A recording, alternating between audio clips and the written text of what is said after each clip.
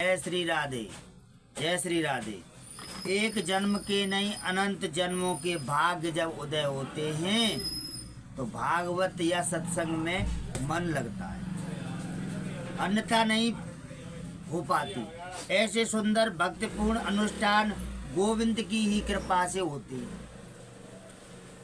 भागवत कथा हो या सत्संग हो, गोविंद की ही कृपा से होते हैं।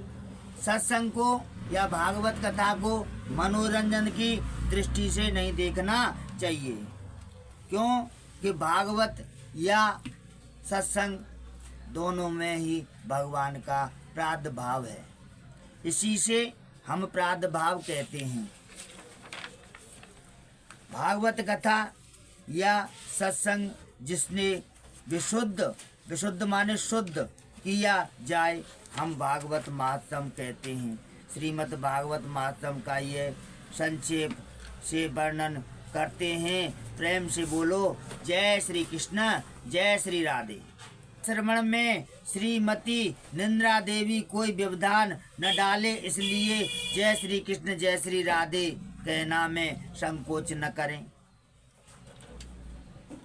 हम लोग बात बात पर कहा करते हैं सच्चिदानंद सच्चिदानंद सत्य कहते हैं, अविनाशी और जो पहले सत्य था, मध्य में सत्य है और अंत में सत्य बचेगा।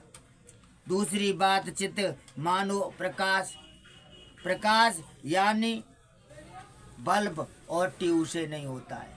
हम बल्ब या ट्यूब लगाते हैं, उससे प्रकाश होता है। भगवान तो प्रकाश मात्र हैं, उनको प्रकाश लेने की जरूरत नहीं पड़ती है। स्वयं प्रकाश हैं, साक्षात प्रकाश स्वरूप हैं, उसे हम चित्त कहते हैं। तीसरी बात आनंद की आती है। परिभाषा शास्त्रों में बड़े सुंदर रूपों से वर्णन की गई है। ये आनंद क्या है? आनंद तो अंदर की चीज है, वहाँ होता ही नहीं।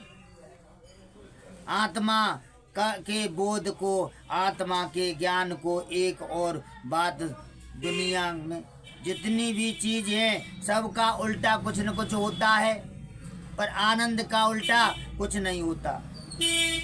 जैसे मूर्ख का, धनवान का उल्टा निर्धन, विद्वान का उल्टा मूर्ख, लेकिन आनंद का उल्टा कभी कुछ नहीं होता है। परमात्मा का रूप है। तीनों प्रकार तापों को नष्ट करने में जिसमें सामर्थ्य है, दैविक भौतिक तापा, राम राज काहू नहीं व्यापा। तीन प्रकार का ताप है, कोई तन दुखी, कोई मन दुखी, कोई धन बिन रहत उदास, थोड़े थोड़े सब दुखी, सुखी राम को। व्यक्ति संसार में ऐसा नहीं है जिसके बारे में आप ये कह सके कि वह सुखी है। कोई भी व्यक्ति संसार में नहीं है ऐसा छाती पर हाथ रखकर कह दे कि मैं सुखी हूँ।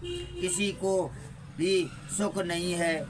सुख जिसको है तो वो सुख भैया केवल राम के दासों को है। सुख को तो केवल धनवंता न कोई, धनवंता सो जानिए, जाको राम नाम धन होय। धनी तो वही है जिसके पास राम का नाम का धन है, गोविंद के नाम का धन है। जिसने काम लिया है वह सबसे बड़ा धनी है। आध्यात्मिक ताप, भौतिक ताप तथा आदि भौतिक ताप तीनों को विनष्ट करने की जिन श्री कृष्ण के नाम शक्ति ऐसे हैं, श्री कृष्ण को हम बारंबार प्रणाम करते हैं। श्री कृष्णा वयम नमः। श्री भगवान के प्रधान देव तो श्री गोविंद हैं न, इसलिए भागवत महात्म की कथा प्रथम श्लोक में श्री कृष्ण की वंदना की गई है। आदरणीय सुखदेव जी वंदन किया। जिस आचार्य सुखदेव जी ने जन्म लेते ही संन्यास ग्रहण कर लिया था, सीधे वन की ओर चले गए। पुत्र पुत्र कहते हुए महर्षि वेद व्यास जिनके पीछे चल रहे हैं, परंतु आचार्य सुखदेव जी को लौटाकर लाने में जिनमें सामर्थ्य नहीं रही, ऐसे परम वंदनीय सर्वभूत हृदय सुखदेव जी को हम बारंबार वंदन करते हैं। का स्थापना स्थान जो है उसे हम नेमिपाण क्षेत्र में हम सब नेमिपाण क्षेत्र में चले जा रहे। वहीं पवित्र भूमि है। 88,000 संत जन वहाँ विराजमान हैं। वे सभी ऋषि गृहस्थ ऋषि है।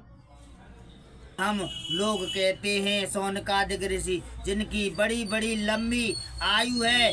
एक संत की उम्र तो इतनी है तो उसके चतुर्मास 3 बार 4 बार द्वापर सतयुग द्वापर त्रेता और कलयुग तीनों बार 3-3 4-4 बार निकल चुके हैं। और एक संत की आयु इतनी है अनंत। सतयुग और बहुत लंबी आयु है। इंद्र बदल चुके हैं। कितनी बार इंद्र बदल चुके हैं। आचार्य सुखदेव जी कहते हैं नित्य कर्म निवृत्त होकर प्रातः काल जब बैठे थे बस उन संतों की मंडली में सूत जी का आगमन हुआ। और सूत जी महर्षि वेद व्यास के परम प्रिय शिष्य है। अब जैसे ही सूत जी आए और 88,000 ऋषि बैठे हैं जिनकी उम्र हजारों वर्ष लंबी है, लेकिन सूत जी उनकी मंडली में मध्य पधारे। वे हैं केवल 20 वर्ष की आयु वाले, लेकिन 20 वर्ष की उम्र वाले परम युवा सूत जी को देखकर सभी सज्जन खड़े